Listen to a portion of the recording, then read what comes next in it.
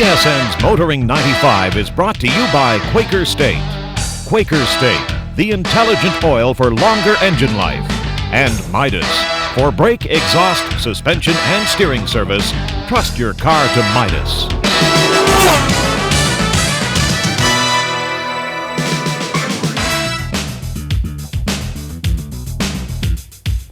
You know, for many years, the big knock against domestic car manufacturers was, other than poor customer service, the fact that they built boring cars. They all looked alike.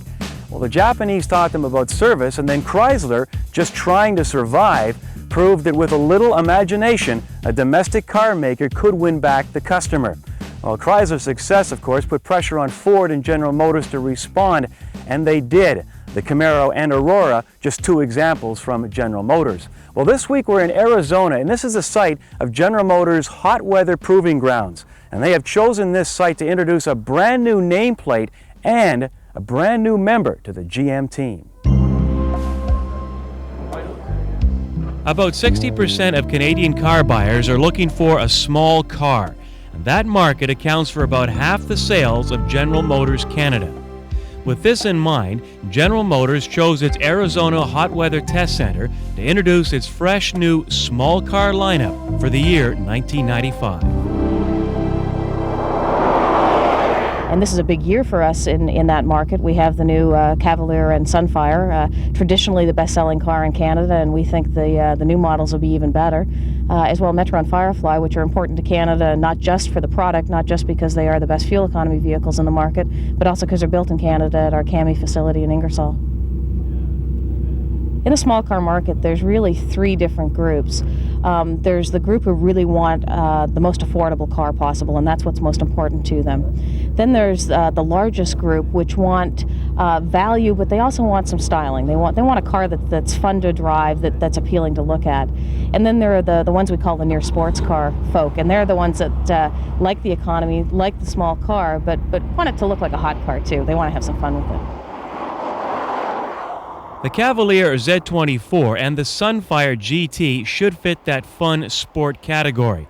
The Sunfire replaces the Sunbird, and this GT model and the Z24 will sport 150 horsepower, 2.3-liter twin-cam 4. The Sunfire Coupe is going to be the one that people have the passion for. It's a hot-looking car. I love that car personally. I'm going to get one to drive. They're neat. The car that's going to be the surprise car in those, I think, is going to be the Metro. It's a terrific handling vehicle. The fuel economy makes it affordable. The dual airbags, the ABS brakes makes it, a great safety car. It's a surprise one that the people are going to get really enthusiastic about when they get a chance to drive it. When George Peoples left for Washington in July, he left me with some very tall shoes to fill. But George also left me with a very lean, agile, and empowered company. Along with the cars, the Canadian media had a chance to meet the new boss at General Motors, Maureen Kempston Darks, who replaced George Peoples as president of GM Canada. After working as a receptionist at Ford, Maureen took a job with GM. She planned to stay for 2 years. That was 25 years ago. Today, she is the first woman president of General Motors. LA Basin area, the southern... Well, I think if my promotion to this position can break down barriers for other women, then I'm very pleased about that factor. And I think that the whole question of diversity is extremely important to business today. If we're to be successful, we have to attract and retain the very best people that we can in the business. And if we're going to attract and retain these people, we have to have a culture within the company that allows everyone to contribute to their fullest extent. And for me, diversity is beyond a gender issue. It's not just gender, it can be ethnic origin, it can be age, it can be any factor that makes people different in certain ways. But what we have to come to is to value diversity. Because when we value diversity, we will be big winners. We will have truly empowered people. That's a culture issue. I think it is a leadership issue, and I'm committed. Well, it was pretty surprising for a company like General Motors, which is not usually very innovative in terms of management. So I think that it's going to have some interesting ripple-down effects, because women do look at things differently from men. And in terms of product development, I would think that there's going to be some influences there that weren't there before, and that's all good, that's positive. Is this your favorite one, though? You like this? I really like it. It's nice. I quite like it. I tell you, what my next car is? It's a truck. It's a full-size extended pickup. That's what I'm going to drive. I have very definite likes and dislikes, and right now I can say with the 95 product lineup, I'm having trouble finding something that I don't like, so I'm really pleased about that. Were there times, though, when you were in those 25 years that you thought, gee, if I was president, this is what I'd do? Where you didn't like the way things were? Well, I think, to be honest, there are times there when we had the look-alike car syndrome, and that was troublesome, but we're out of that now. You can see what the designers have done, and that's a new General Motors. You see from the Cadillac with its specific images, you see the Buick with its specific images, and who couldn't be thrilled with the new Aurora?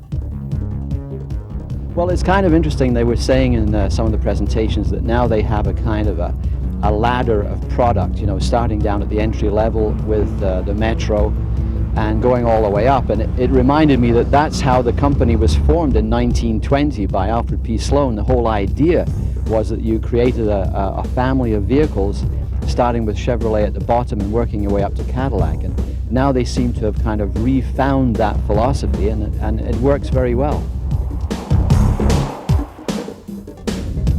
Does Pontiac's new Sunfire cut the mustard? We'll have the answer for you when we come back with this week's test drive.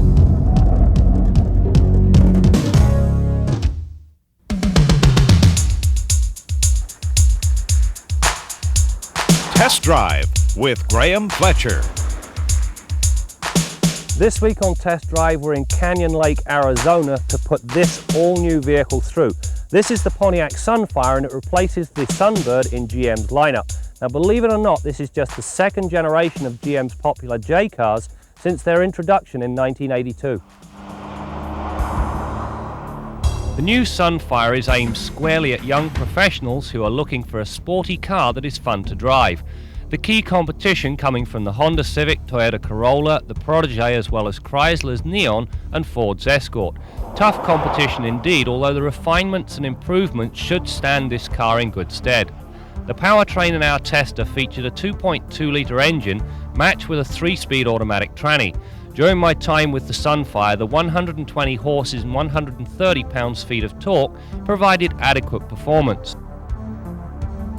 My main gripe with this setup is the fact that there is no 4-speed automatic unless you upgrade to the optional engine. This thinking is behind the times and needs to be addressed. A point of interest is the Sealed for Life transmission. In short, the transmission is filled with Dextron 3 transmission fluid at the factory, and from that point on there's no need to touch it. The new platform now features a longer wheelbase and wider track, which improves the handling characteristics as well as providing more interior room. The suspension is comprised of McPherson struts and a roll bar up front and a twist beam in back. In the past, one of the big knocks against the Cavalier was the quality of the ride. Well, on this new generation vehicle, they've addressed that. The chassis is a lot stiffer, both bending and torsional, which has allowed them to attach stiffer spring rates and bring in the damping earlier. The result is a vehicle that handles very nicely, and at the same time it gives you a nice, comfortable, compliant ride.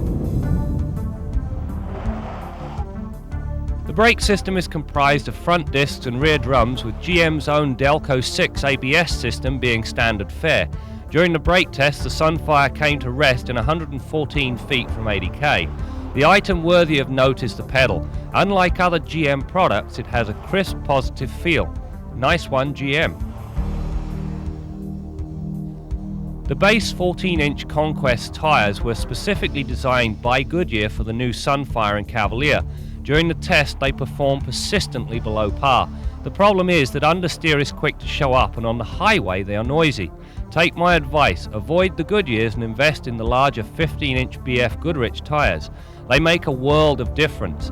Understeer is tamed and the highway ride is considerably quieter. While many manufacturers struggle to give you a glove box large enough to hold a pair of gloves, GM have given this Sunfire a glove box that will hold 16 cans of Coke, a cooler, and a bottle of water. That's what you call a serious glove box. Inside, the Sunfire is very nicely appointed, and unlike its predecessor, the interior fabrics have a look and feel of quality. This holds true from the seat material through to the plastic used in the instrument panel. The dash is clean, clear and logically laid out. The radio sits above the smooth operating climate controls, for which GM get a gold star. The remainder of the driving controls are conveniently placed around the driver. The other interior highlight is the removal of GM's dreadful smart stalk. In its place there are two well-designed stalks on either side of the column. Up front, the seats provide form-fitting comfort with the large base and back bolsters providing the required level of lateral support. In back there is ample legroom, even with the front seats fully back. Headroom is modest, meaning 6-footers will find it tight, and unlike a lot of cars in its class, 3 are accommodated in reasonable comfort. The trunk is spacious and features a nice wide opening as well as a low liftover. The bonus is that Sunfires come with a fold-down one-piece rear seat which enhances versatility appreciably. On the safety front, the Sunfire gets standard ABS, dual airbags, and for the first time on the J-bodies, rear child-proof door locks and adjustable upper seat belt anchors. Considering the price class, this level of equipment is to be commended. Getting to the top is tough, but staying there is the really difficult part. Well, GM have been at the top with the Cavalier for the last 5 years because it's been the top seller in Canada. With the introduction of the new Sunfire and the improvements to the Cavalier, the tradition should continue. Our Midas tip of the week concerns engine block heaters. Now there's regions of this country where you won't even get your car started without one of these devices. And motorists in the traditional banana belt discovered last winter they couldn't start their car without one of these as well. Now there's what an engine block heater looks like. That's the heating element right there.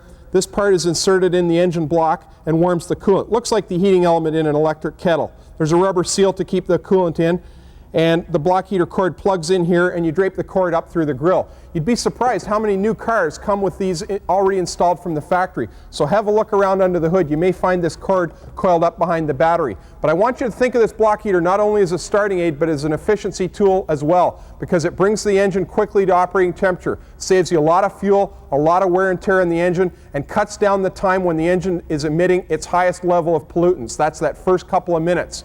So it's a very efficient tool. One more thing, when you plug this in the wintertime, make sure that you drape the cord up over the hood or around the wiper somewhere where you can't miss seeing it next morning, because a lot of people, if they approach the car from the rear, forget and drive away and tear it out. That's your Midas tip of the week.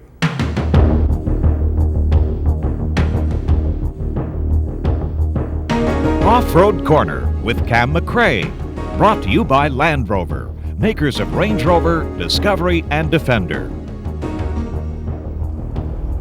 Preparing your 4x4 for an off-road adventure is a lot like getting your car ready for long-distance family travel, except that the stakes are a lot higher. The place to start is under the hood. Get the engine tuned up if it needs it. Check the condition of the drive belts. Check the integrity of all under-hood electrical connections. Get all of the fluids topped up, including those in the transfer case and the front and rear differential. And have a technician check the suspension, like shock absorbers, tie rod ends, ball joints. Tell the technician that you are going off-roading. A little bit of looseness that could last for thousands of kilometers on the pavement might quickly succumb to the pounding of off-roading. Also, remember that you have to prepare the inside of your 4x4 as well. My basic rule is to clean everything out of the inside. I dig around under the seats and get out all the loose stuff. Bouncing along a back road trail, that innocent box of Kleenex could end up down underneath the pedal set at the worst possible moment. That wrench left behind the seat could become a projectile aimed at the back of your head. And when it comes time to packing up, don't just toss it in there. Secure everything in duffel bags or those nice hard plastic storage boxes. And speaking of loose stuff, it's an unfortunate reality, but some off-roaders still litter the trail. Our Land Rover Tread Lightly tip of the week: always leave the trail in better shape than you found it. Clean up after them. For the Off-Road Corner, I'm Cam McRae.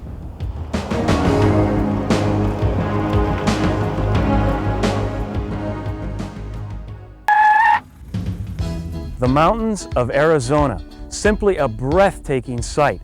And you know, General Motors is hoping we all feel the same way about this new vehicle. And this is the 1995 Jimmy. And you know, sport utilities, without a doubt, are the hottest segment of the automotive market. But there was a day when this Jimmy had the stage all to itself. It was 12 years ago when General Motors launched its S15 Jimmy, and it was really the first compact family-oriented sport utility on the market. But things have changed. Things have changed. First of all, the competition got in the market segment. Certainly Jeep with their Cherokee and another Grand Cherokee, and Ford with their Explorer, so it's different.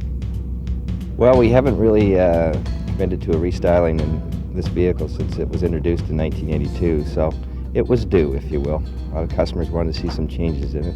It's completely restyled on the outside, completely restyled on the inside, much more comfortable, much more convenient. The major difference is the ride that a buyer's going to get. It certainly is a lot more smoother, but it still has the capability of a truck.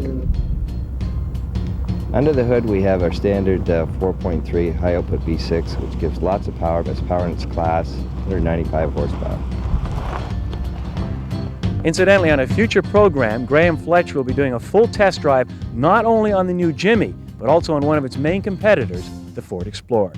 All right, now let's head to the garage and join Bill Gardner. One of the more annoying and commonplace problems on today's cars is something we refer to as brake shudder. Now in this particular car, when I apply the brakes, you can see my hand dancing a little bit on the steering wheel, and in this case you can actually feel it through the whole car, and it's audible too. We can actually hear a little bit of thumping out of that brake system. Now while it's not a really unsafe condition, it is disconcerting to the driver to the point where he or she may not apply full braking under some conditions, because it actually makes you cringe enough that you don't want to squeeze that brake pedal quite as hard as you should. Now we're going to go back to the shop and have a look at the ways that you'd resolve a problem like this. Okay, first of all, if your car has disc brakes on the front and drum on the rear, in all likelihood the shuddering problem is coming from your front disc brakes. It's unheard of for drum brakes to ever cause that problem. They have to be in really bad shape. A simple clue to the fact that it's usually the front brakes is the fact that if you feel it through the steering wheel, if you feel that shimmy through the steering wheel, you can be almost certain it's coming from the front. Now if your car has four-wheel disc brakes, you've got to take a little bit more time to determine which set of disc brakes, whether it's the front or the rear, that's causing that problem. There's three main things that can cause this brake shudder. First of all, it's runout in the brake rotor, and a little bit of runout is normal and tolerable, but if the runout's extreme, we're going to feel it through the brake pedal. Now, runout is where the disc brake rotor would be wobbling in this fashion as it turned, and in order to test for that, we would set up a dial indicator exactly the way I've got it here, zero it, and turn the rotor past the dial indicator, take a reading. Now we can go to our spec book and compare the reading we've got on the car with what the maximum allowable is for that make and model of car.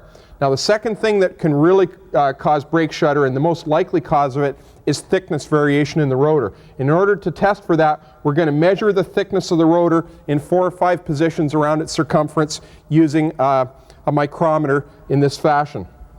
Now the third thing that can cause it is if the caliper has become frozen on its mounts and is unable to track the little bit of runout that normally exists in a disc brake rotor. Now what I've done is I've pushed the caliper piston back in so that we can try and move the caliper, and we can see that it's able to follow runout in this fashion. If the rotor were actually moving in this fashion, the caliper would be able to slide on its guide pins and track that little bit of movement. Now there again, this is exaggerated. It doesn't move that much, but you can see what I'm getting at. This caliper has to be able to follow a little bit of movement in the rotor. Now, if these boots get cut or torn, water can get in there, seize those guide pins, and the caliper can become frozen in one spot. Then it can't track that runout. That's the first thing you should check for. Now, what we discovered on that car in the hoist was that the rotors had excessive thickness variation. And in order to rectify that, we're going to have to machine the rotor on the brake lathe. Now there is an apparatus available to actually resurface this brake rotor on the car, and that's a viable method as well. We're doing it off the car in a brake lathe, And an interesting point here is that the texture or finish of this brake rotor really didn't require resurfacing, but because of that difference in thickness around the circumference was causing that slapping feel or shudder in our brake pedal. So this is how we're going to rectify it. Now, interesting thing that's happened over the last few years with prices of brand new rotors coming down and labor costs going up, it's become more cost effective in many cases to put brand new brake rotors on the vehicle when you have this shuddering problem. And as you can see with this old brake rotor here, it's rusted really heavily. So even if we machine that brake rotor, it may be thick enough to do the job, but that rust may quickly come to the surface again and spoil that job we've spent a lot of money on repairing for the customer. So keep in mind, you may want to think about putting brand new brake rotors when you have that problem with your car. Till next week, I'm Bill Gardner for Motoring 95. Fuzzy pink bunnies keep going and going on batteries, but can cars? I'll be right back on Kenzie's Corner. Kenzie's Corner with Jim Kenzie. Vancouver-based columnist Alan Fotheringham calls his home province British California. And it's true, BC politicians in particular tend to look southward for inspiration. They've just passed legislation which could mandate the use of electric cars in that province by the end of the century, just like California. Listen, electric cars make little enough sense in Los Angeles, where the average daily commute is longer than the range of a typical electric. Vancouver is a bit more compact, but if you want to visit those in-laws in Kamloops, well, there's not an electric in the world that can handle the Coquihalla Highway. And it has been known to rain in BC. You turn the lights, wipers, and heater on an electric, you'll be lucky to get to the milk store and back. And if this is an environmental initiative, well, what's the impact going to be of 500 kilograms of lead-acid batteries being dumped every 20,000 kilometers? What's the Pacific salt spray going to do to the electrical contacts? And in a crash, what's going to happen with all those ugly chemicals in the batteries? Now listen, both BC and California have lots of really old cars on the road spewing thousands of tons of pollutants in the air every single day. They'd be much better off legislating those vehicles off the road and encouraging the development of logical alternate fuels like natural gas or hybrids. But you can always tell a BC politician, you just can't tell him much. I'm Jim Kenzie. Well, that's it for this week's program coming from the desert of Arizona.